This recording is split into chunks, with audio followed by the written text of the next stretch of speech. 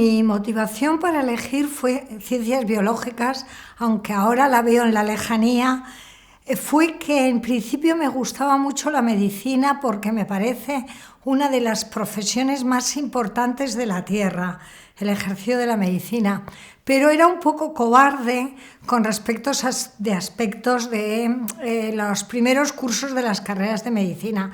Esto no me pasó a los 8 años, seguramente me pasó a los 15.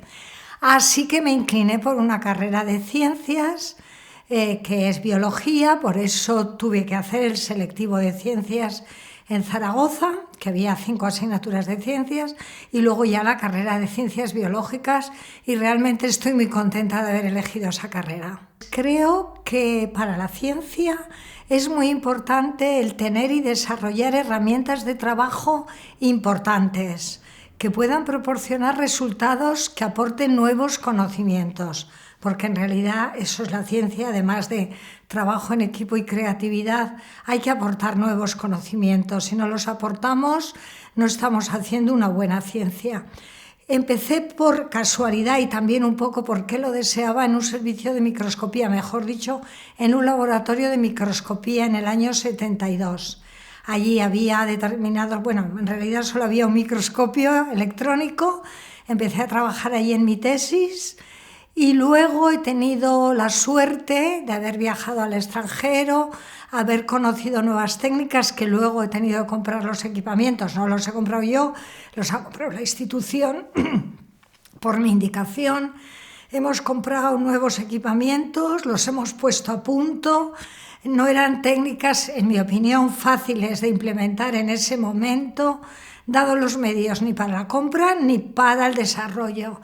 Y luego en el año 90-94, gracias a que estaba aquí un compañero de la Academia Polaca de Ciencias, Jacek Bieszos, pues juntamos un poco nuestras experiencias en microscopía y pusimos a punto en lo que es, en mi opinión, una importante técnica para ver microorganismos dentro de rocas. A mí los proyectos en general me han gustado porque, como se sabe, los científicos trabajamos por proyectos. Los científicos no nos encontramos al llegar el trabajo. Tenemos que buscarlos por proyectos que pedimos al ministerio, unas veces se llama Ciencia y Educación, otras Ciencia y Universidades. Ese ministerio nos financia los proyectos que considera adecuados. A mí el que más me ha gustado, o los que más me han gustado, los relacionados con los desiertos y muy concretamente con el desierto de Atacama, al que he tenido la suerte de viajar 3 veces y conocer in situ ese desierto, que es maravilloso. Pues llegó a nuestras manos ese trocito de meteorito porque para el año 96, cuando ya se decía que los investigadores de la NASA, del Johnson Space Center, habían visto, deshaciendo un trocito de ese meteorito ALH 84001, y habían visto unas particulitas de magnetita. La magnetita es un mineral que se forma también por bacterias magnetotácticas terrestres, pero ellos lo habían encontrado en el meteorito marciano que acabo de citar. En aquel entonces el profesor Friedman, que estaba en la Universidad de Florida, pues tenía conocimiento de nuestros estudios, porque nuestros estudios ya habían empezado muy en serio en el año 72, 75, fue mi tesis. Habíamos seguido intentando ver qué pasaba entre el líquen y la roca, qué ocurría, qué minerales se formaban. Este investigador, profesor de investigación de la Universidad de Florida, pues pensó, pues estos saben algo de esto. Y me llamó en el mes de agosto del 96 para proponerme si queríamos estudiar el meteorito marciano, a lo que yo fui un poco imprudente quizás y dije que sí, que nos lo enviara, Tardó 2 años en traérnoslo, lo trajo él personalmente metido en un tubito en su americana. Y vamos a ver, ¿qué pasó? ¿Por qué transcurrió este tiempo? Este tiempo transcurrió porque el Lunar and Planetary Institute, que era el que nos tenía que pasar ese trozo de meteorito, y la NASA querían probar nuestras capacidades. y por ello nos mandaron unas piedras antárticas que había recolectado Friedman, nos las mandaron y nos pidieron que hiciéramos un informe con lo que veíamos.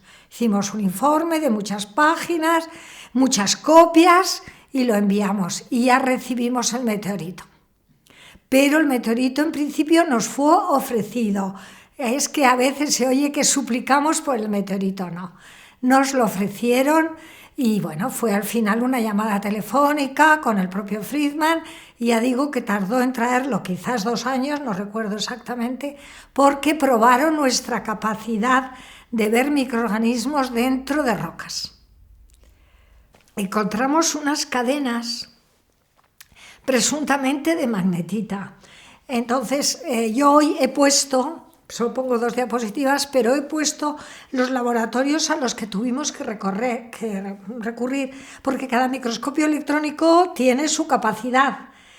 Cuando tú buscas unas particulitas que tienen 50 nanómetros, que hoy ya explicaré un poco el milímetro, el micrómetro y el nanómetro, pues realmente necesitas microscopios electrónicos muy potentes. Entonces lo estudiamos en el microscopio de la Universidad de Lleida, donde estaba trabajando Jacek Viesgos, mi compañero, que montó todo el servicio. Lo trabajamos en mi servicio y lo trabajamos en un sitio ¿cómo se llama?, en Acerinos, en los barrios en Algeciras. Ahí tuvimos también muy buenas imágenes. Hemos trabajado en muchos lugares con ese meteorito. Entonces sí hemos visto esas cadenas. Y ahora seguimos con él, porque hoy al final pondré también el título del proyecto en el que estoy. Sí. Estamos con él otra vez. De hecho, a final de mes vamos a Granada, porque queremos en Granada el Centro de Investigación Científica, pues realmente también tiene mucho equipamiento y siempre tienen mucho dinero, no sé si la Junta de Andalucía o estos fondos europeos.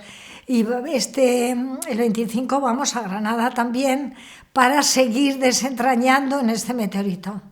En todo se ve la creatividad, en mi opinión, sin que yo lo tenga que repetir mucho y quedar como una súper presumida. Se ve la creatividad y el trabajo en equipo. ¿Por qué? Porque todo esto requiere pensar cómo vamos a hacer esto. No se trata solo de ir a Inglaterra y aprender la técnica del cryoscanning, que la aprendí allí, sino luego el cryoscanning hay que comprarlo, hay que hablar con los vicepresidentes.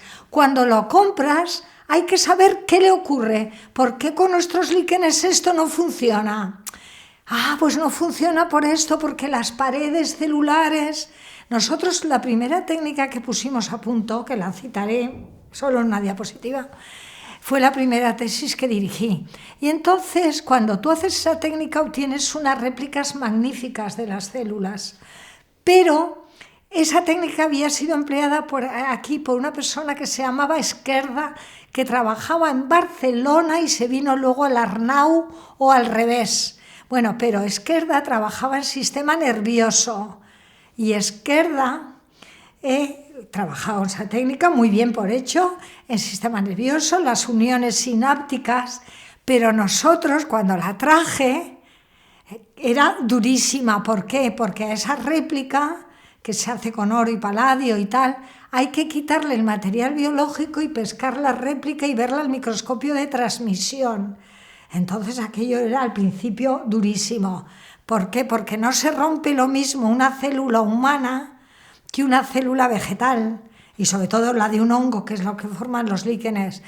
No nos salía, se nos rompía todo, no teníamos las réplicas. Bien, entonces, ¿qué hacemos?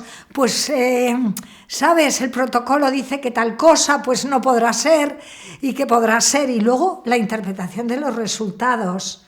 En la interpretación de los resultados tienes que tener creatividad. No te puede parecer todo cualquier cosa o lo que tú quieres.